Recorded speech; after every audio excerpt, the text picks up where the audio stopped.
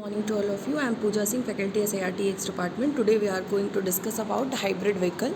So there is the block diagram of hybrid vehicle, and we can see our hybrid vehicle is apply for both generator and motor, and also it work on battery, and fuel tank is also required to rotate our motor. So first step, if we are using fuel cell, then engine are rotated, and then generator are rotated, and power bus controller unit is directly connected with motor, and a battery backup of 50 kilowatt is also connected in series. So this is a series hybrid motor, and by this we can move our vehicle for both fuel and battery. So this is parallel hybrid.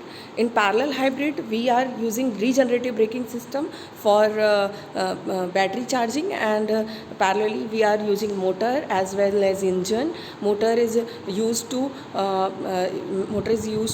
charge our battery, and fuel tank is directly connected with engine to the transmission, and this such kinds of hybrid vehicle is known as a parallel hybrid vehicle. And this hybrid vehicle is also used for a regenerative braking system. We can use regenerative braking system in this method, and also charge our battery through the braking, and it work also to rotate our motor and use in transmission. So next, this is the basic diagram of regenerative braking to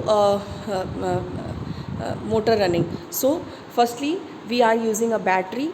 So our battery output is invert our system, and this output is used in motor, and again this is reduced to generate our parts, and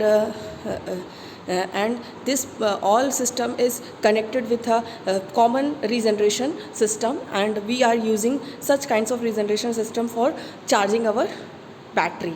So this is flow chart of regenerative braking system. So this is all about hybrid vehicle. Hope you guys can understand. So thank you so much.